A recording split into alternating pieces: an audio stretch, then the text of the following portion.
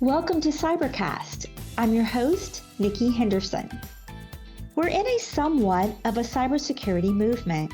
The federal government is positioning itself alongside technology leaders to drastically change how the nation does cyber to combat increasing sophisticated threats to personal data and government systems. Quantum computing is an emerging tech area that will have impacts in many different industries. For cybersecurity, quantum computing has the potential of creating numerous opportunities for teams to detect and deflect cyber attacks before they happen. DARPA is one agency exploring quantum's potential. Dr. Joe Altepeter, the program manager in the Defense Sciences Office at DARPA, is talking with me today about quantum computing. DARPA is creating and preventing technological surprise and is focused on reducing the uncertainty around quantum computers. The agency is also looking at how useful they will be and how hard it would be to build one. DARPA is really excited about two of its current quantum computing programs, quantum benchmarking, and one that was recently released, the Underexplored Systems for Utility-Scale Quantum Computing. Altepeter speaks with me in detail about DARPA's quantum computing journey, the challenges, and what the future holds.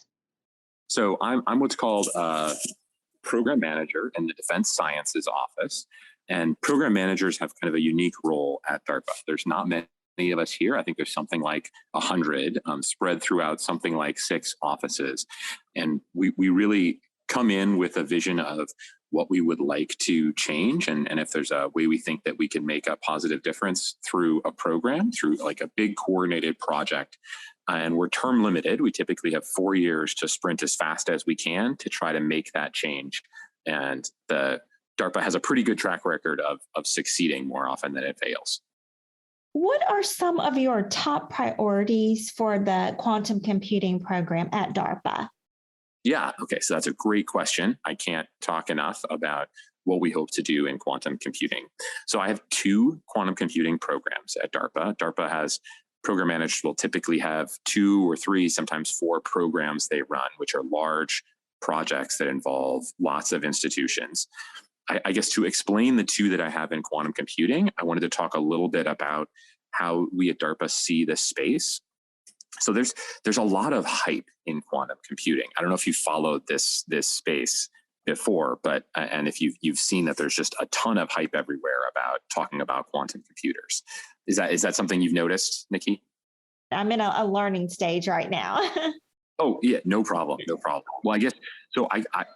What I typically will tell people is that I've had the privilege to work with some of the smartest physicists in the world, and if I think of say the 10 smartest physicists I've worked with, I would say about half are convinced that quantum computers are going to be the most important technology of the 21st century. They're going to revolutionize a dozen industries. It's critical that the U.S. lead in this area. And the other half think that if you could build a big quantum computer, which you won't be able to, it still will not do anything that a regular vanilla classical supercomputer couldn't do. And DARPA's mission is really to prevent strategic surprise. We're really all about creating and preventing technological surprise. And I can't think of a bigger source for possible surprise than a technology where we're pretty sure that how good it's going to be is going to fall somewhere between totally transformative and amazing and useless. It's somewhere in that range, somewhere between most important and nothing. And so my programs here at DARPA are really precisely focused on trying to reduce that surprise, reduce that uncertainty, and figure out how useful do we think these things really could be, and how hard is it really to build one? And so I have 2 programs that tackle the 2 halves of that question. The first is called the Quantum Benchmarking Program. And its goal is really to figure out, well, what would winning look like for a quantum computer? Like, what do we really hope that they will be able to do specifically? Like, if you had a really giant, perfect quantum computer today, what would you do with it? And what kind of difference would it make? So we're recruiting teams from all over the country and internationally to bring us their best ideas of what would you do with a quantum computer? How would you measure success? What difference in the world would it make? So we can really have a benchmark, kind of a ruler to judge progress and make sure we're driving towards the right goal. One of my colleagues here at DARPA sometimes says that making a useful quantum computer is like trying to build a rocket ship to the moon. But you want to make sure that you don't want to measure progress in building a rocket ship by measuring how high the planes can fly. Because while that's a big technological achievement, it doesn't matter how good your planes are, they're not going to get you to the moon. The other program I have is kind of the other half, which is if we did know what we wanted to do with one, if we didn't know the change it could make if we had one, how hard do we think it's going to make to build one? I mean, a lot of scientists and engineers think that it could take 30, 40, 50 years to build a useful quantum computer. But there's a lot of organizations out there who are advertising that they've got a special proprietary way to get there a lot faster. And because part of our mission is to reduce surprise, we would like to really verify and validate those claims. So a program that just got out on the street, I think the program solicitation was released 8 or 9 days ago. And it's called the Underexplored Systems for Utility Scale Quantum Computing Program. And its goal is really to try to figure out, is there a surprising path to a big useful quantum computer that we don't know about or don't properly understand? And we're hoping that companies, organizations will engage with us who think they really know how to build a big useful quantum computer.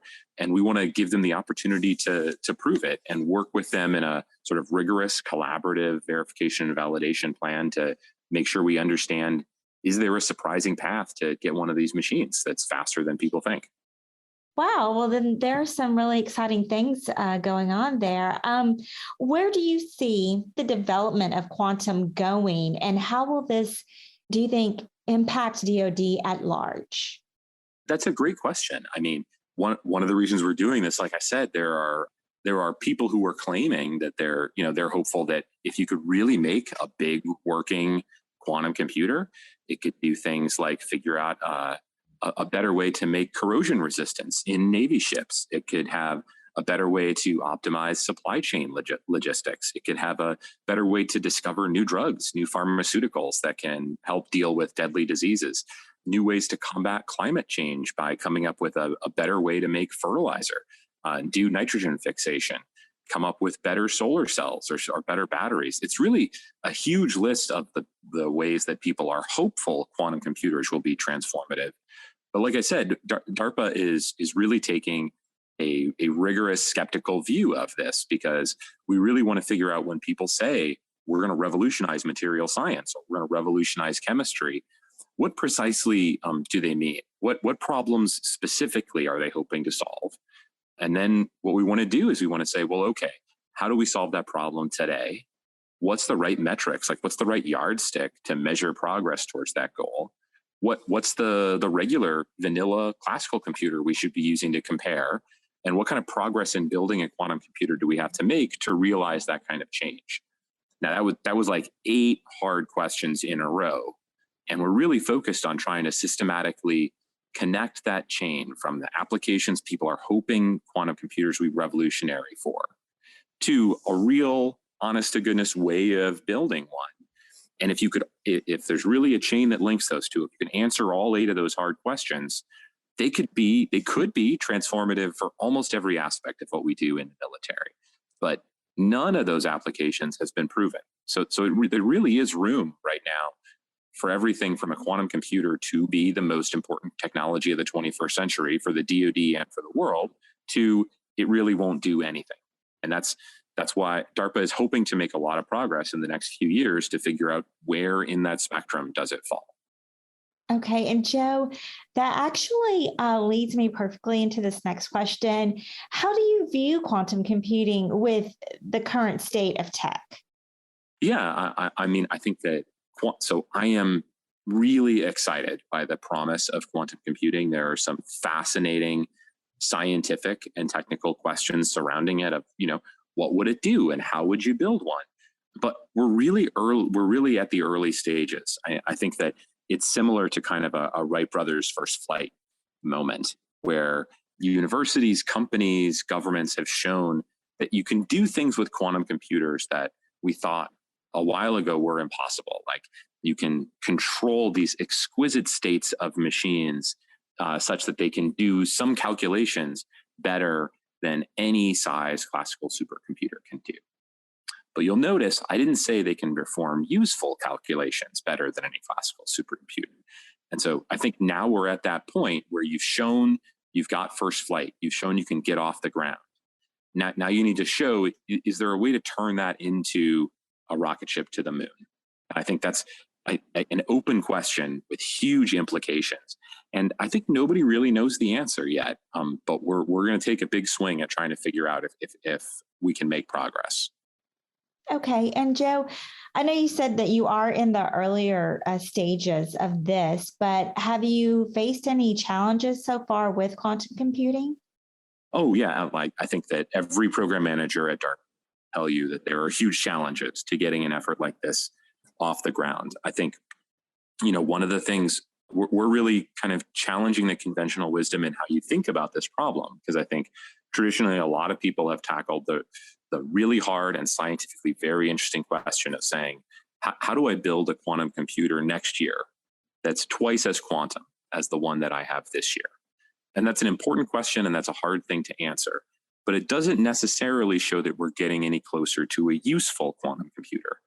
And so we're really trying to turn around and look at the problem from the other direction and say, let's start from what's your hope for how good a quantum computer could be?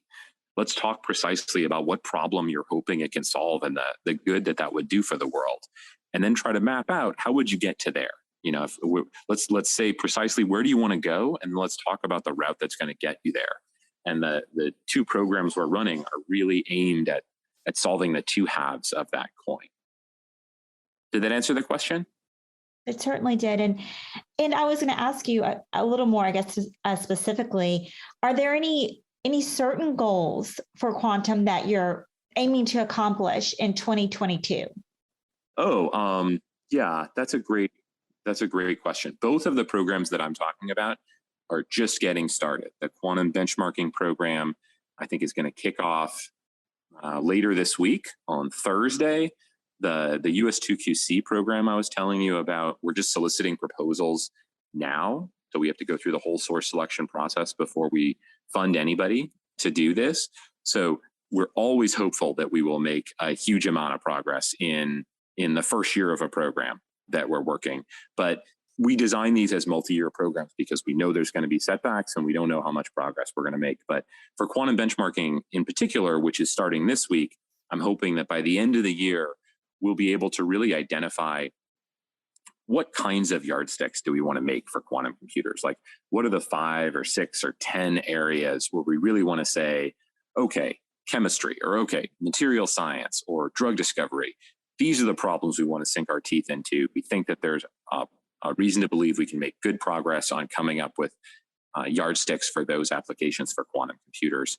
And then in the last 2 years of the program, of the 3-year program, we'll be able to really sink our teeth into how do we really define that metric? How do we really think about how we track progress towards those goals? So I think if by the end of the year we can come up with what are the benchmarks we want to try to pursue, that I'd be very happy with that progress for that program.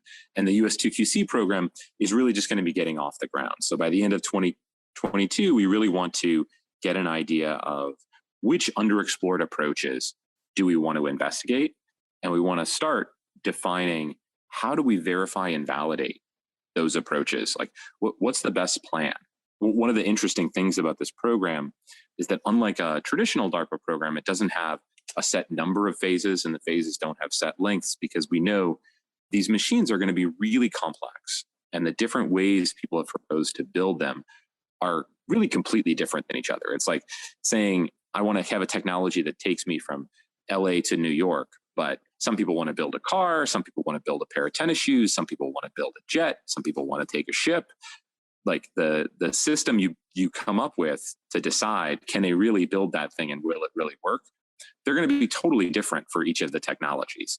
And so we've acknowledged that here. And so by the end of this year, I think we're hoping that we will have figured out not only which technologies we want to track and verify and validate, but what's the plan going forward over the next few years to really do that in a rigorous, collaborative, effective way. And so I guess those are the goals for those two programs by the end of the year.